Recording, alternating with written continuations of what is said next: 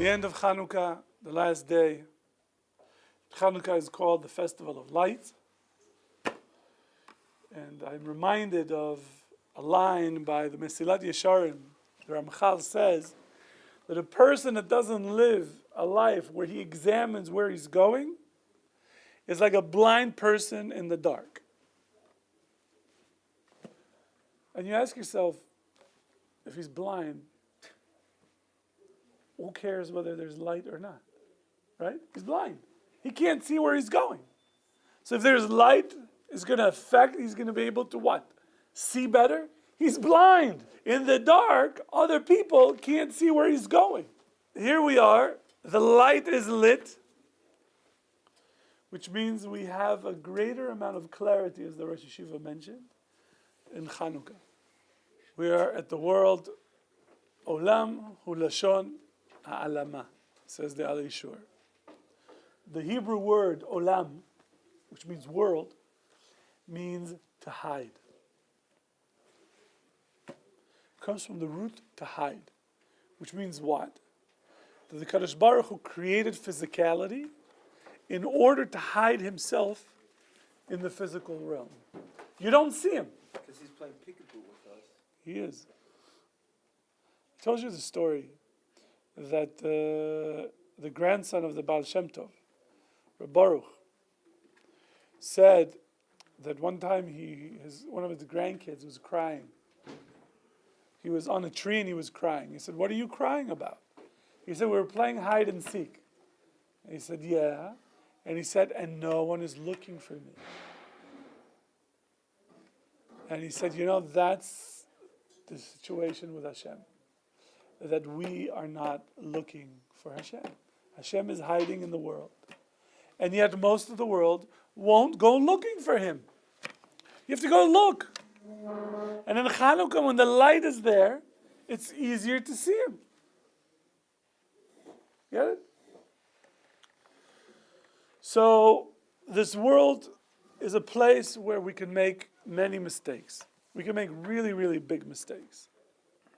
The body has a yetzer, and the yetzer causes a lot of confusion.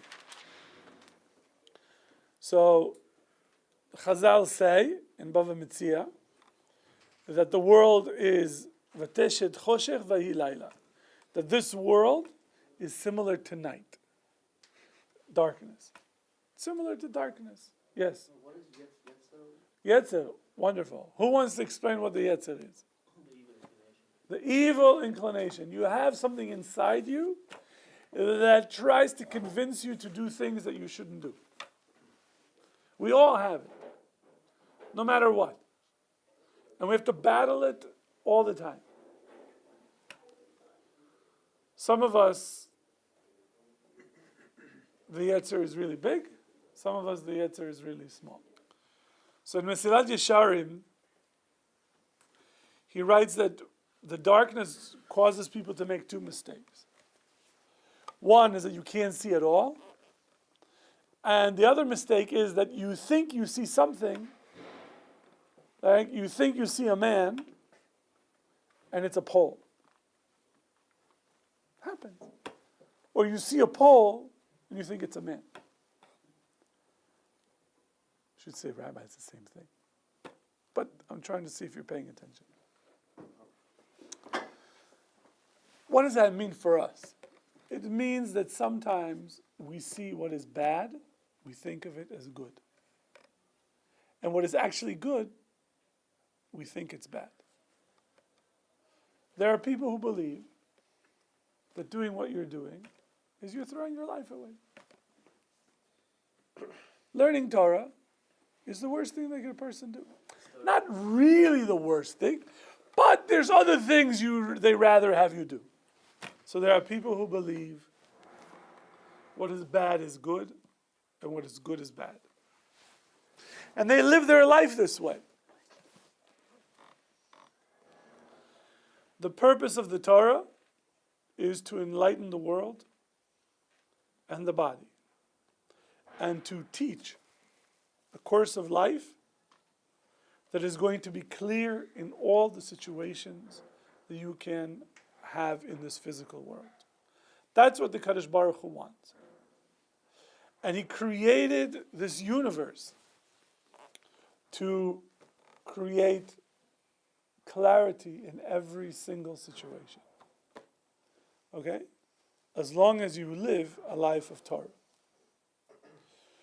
So we understand that the Torah is this great light, very powerful light. But the question is, how far does the Torah go? Fine, it's a great light, but maybe only in this area or that area of thought, but not in every single area. So the Ramban says that Moshe Rabbeinu asks the Kadosh Baruch Hu, tell me what is his name, right? The Jewish people are going to ask me, what is your name, God? So that what should I tell them? So he says, Shema Moshe shivticho al ma'amad har Sinai, u'matan Torah, vehu hayodea. Right? He says that the Torah was going to be given in a way that we can share in the light of God. That is, we will reach the understanding that God has of the physical world. There is nothing with regard to reality, both your subjective reality and objective reality, which is the world, that the Torah can't enlighten. The Torah cannot illuminate. There's a difference between Tuma, impurity, and Tahara, purity. Correct?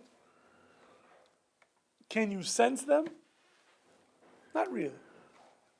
But there are these two categories that the Torah presents, that either something is Tameh or something is Tahar. That's it.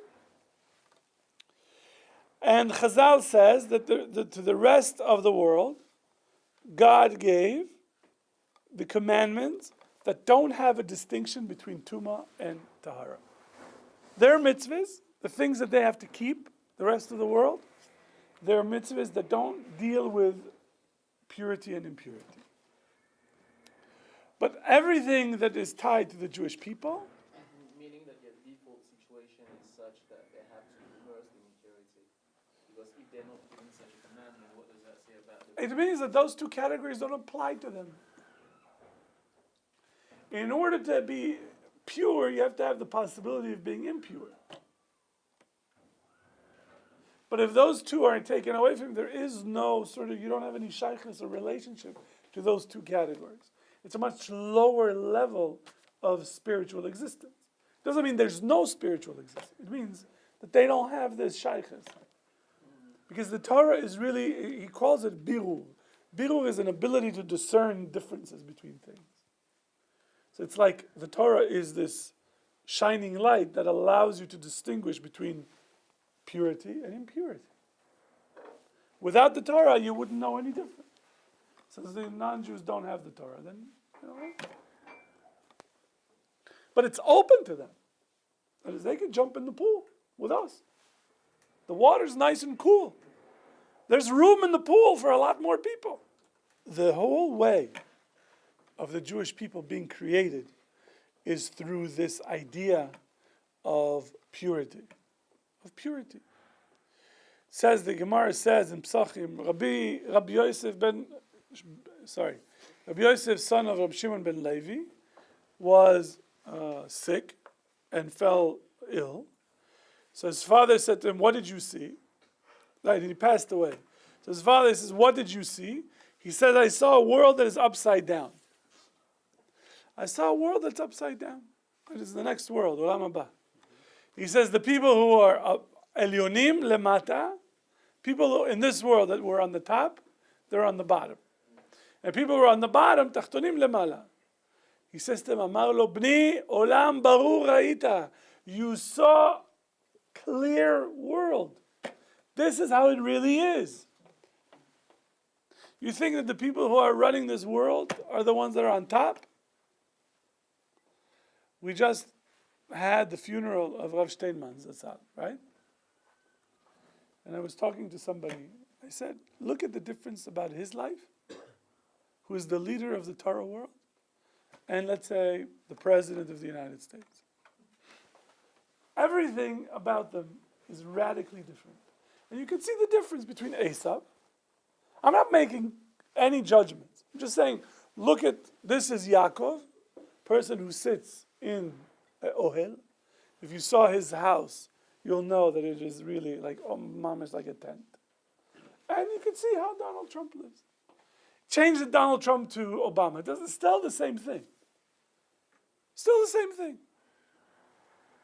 That's really the difference between the two. There is an aspect that in this world, you think what's up, you realize Ba'olam haba is afuch. That some guy who lived in his little apartment with, sitting on a bed with a chair to hold his back straight, lived 103 years like this, right? 104, 103? 104, right? When in Olam haba, he's on the top. And that all the American presidents should have a long life, that they ran the world, right? They could, and look at where they're going to be. That's what this Gemara says. Ve'anan hechi asam, and where are we in that world? He says that Ashrei mi sheba lekan v'talmudo beyado. He said, I heard that happy is he who comes here with the Talmud in his hand. What does that mean, with the Talmud in his hand? What does that mean, Talmud in your hand? Or a cell phone that's got the whole shas. No, that you know it. But Talmud beyado is an expression to say the Talmud is there, ready to go. He can recall it like his hand. You study. Correct. Correct. So he says that we see that Olam Hazeh is Olam Hafuch. It's an upside down world. Upside down world.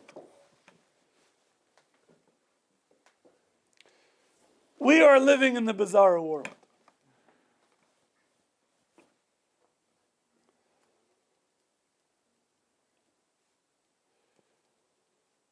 And we talked earlier that one of the things that the intellect is supposed to do, the mind, is to properly evaluate things in the world. To do an evaluation. Figure out it's good, it's bad, should I do it, should I not do it? Your mind has this capability of doing. So this world is the world of values, evaluations, that we assign value to different things. And two people that value one another, right? Then you could see sometimes that they valued each other in a different way that creates some sort of an imbalance. Why? Because we only value the outside. We don't value the inside. We have a very, very difficult time evaluating really who is Ian. Did we really know Ian? We know him from the outside. Okay, seems like a nice guy. Careful. Was that from the inside? But you can't, it's very hard to evaluate on the inside. You can't, yeah, you just see the outside. That's it. That's it. It's very difficult to penetrate the inside. So once you're going to go on a shidduch date, what are you evaluating? The looks. Shkoyach. Is that going to stick? Is that going to stay? No. You need to figure it out. What's going on the inside? It says that the Gemara tells a story when Rabbi Elazar ben Azariah was made the head of the yeshiva, when they removed Rabbi Shimon ben Gamliel from the head of the yeshiva, and they got rid of the guard, and they added 300 benches to the yeshiva, because they let whoever wanted to come and study Torah, they let him in. And the question was, what happened before? Before, the principle was that tocho kevaro, the person's inside had to reflect the outside. And I saw somebody ask the question, why is it like that? It should be that the outside reflects the inside, not the inside reflect the outside. So it means because when people show up to yeshiva, they dress nice, they wear a nice shirt, they bother, dressing up for class, right? Okay, maybe not. But the idea is that you are reflecting a certain image. Right? I said this to somebody before, that when you get a job, one of the things you do, you dress for the job you want, not the job you have. Right? So you show that you're more serious, your business, so that people take you serious. Even though you got the mail job, you're in the mail office, but if you want to move up, you want to. So when people walk into a yeshiva that they want to come and study, they dress, they come, looking the part. But the question is that a reflection of what's on the inside, or is it just an outside? One day it will be. Sometimes it'll never be. Sometimes it'll never be. But yeah, So that's why when he wanted to make sure, I want students that the inside is exactly what the outside is. Because on the outside, this is what I see. This is what I see, a world of confusion. Talmidei Chachamim in this world live a world that is clear. Clear. Why? Because the whole purpose of their learning is to find the truth and take it and leave the falsehood. They want to figure out what the truth is. They want to live in the world of purity as opposed to impurity. And the Torah creates for them a clearer world. The light of the Torah makes this world clearer for them. Okay? And that's the idea. So Rabbi Yosef heard in the Gemara, how do you get to this world of clarity? He says the person comes with Talmudo Beyado. That is, when the Torah is in his heart and it's clear to him, he's a person that has clarity. Or, maybe another interpretation that Alei Shur suggests, Hashem mi sheba lechan v'talmudo beyado. It means that whatever he learned, he actually put into action.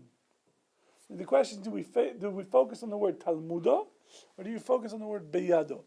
If you say talmudo, is that he learned Torah. But if you say talmudo beyado, means that whatever he learned, he actualized in the world. He lived according to the teachings that he learned. So that the fact that he was living that world created a clearer world in this world. So what does the galus do? Because we live in the galut. And in galut causes that there is no Mishnah Brura, there's no Halacha Brura in one place. That you have to go to multiple places and ask lots of different people in order to get clarity. Sometimes you have to go to this rabbi to ask this question, you have to go to that rabbi to ask that question. You have to start in Mechina, then go to intermediate or center, or then base medrash. It can't be just in one spot. So he says, but we were promised that the Torah would not be forgotten by the Jewish people. So one of the things is, one of the wondrous aspects of the Torah is that as new things are discovered by scientists and inventors, we discover another layer of the Torah. So for example, we discovered electrical power. And the question is this similar to fire or not similar to fire?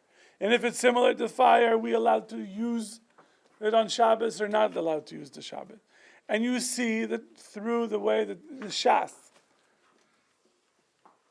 the Gemara, talks about it, that it is like fire. And in every generation there are new questions because of new discoveries.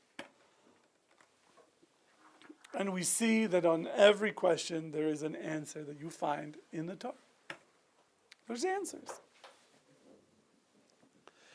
And the whole point of Limud Torah is to have a better understanding of the Gemara. Right, the Gemara, I don't know if you guys ever thought about it, there's a natural division, right? So there's a Seder, Nashim, Nezikim, then there is a Masechet, right? Bava Metzia. Then there's a daf, right? Kaf Aleph. What daf are you holding? Kaf Hey, right? And then there's Amud Aleph or Amud Beis. And then there's a sugya. There is a specific sugya topic that you're dealing with, right? So that we go from bird's eye view, which is a seder, and then back to the sugya, and then back out. The whole understanding, the whole purpose of learning Torah is to have a better understanding of the sugyas of Shas. That's what they do in yeshiva. To teach you, to give you skills so you can learn sugyas. And the Gemara, as you move every daf, there are a few sugyas. Sometimes one sugya takes longer, sometimes they're short, sometimes it takes a few pages to finish one sugya. But the idea is that there are topics that you are covering as you are learning. So, Hamaisa Kodem LaMachshava. Rabbi Yisrael Salanter says, it's very hard to understand, so think about this. The Maise comes before the thought. If you're not puzzled by this, please get out. We'll see you at Mincha at 3:45.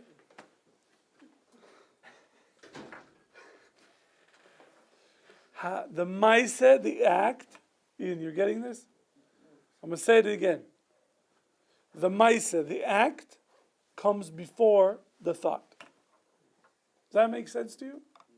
Good. Doesn't make sense to me either. What? Sometimes it's true. Yeah, like People who hit before thinking. There are people who hit before they think. or like I usually think where to hit.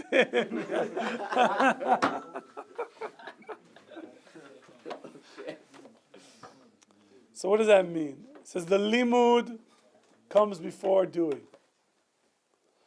And the way that you are going to enter the gates of serving Hashem is through limud. And limud is an action, it's doing something.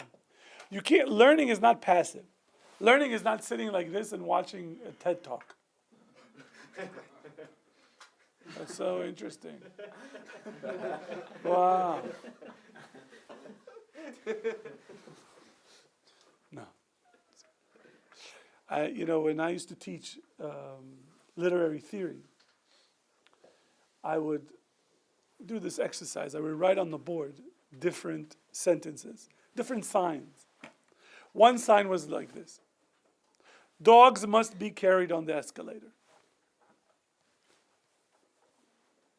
What does this sentence mean? Dogs must be Carried on the escalator. carrying. Carried. You can't go on the escalator Carried. without a dog. You cannot go on the escalator without a dog. That's one. A dog cannot be on the escalator by itself. Dog cannot be on the escalator by itself.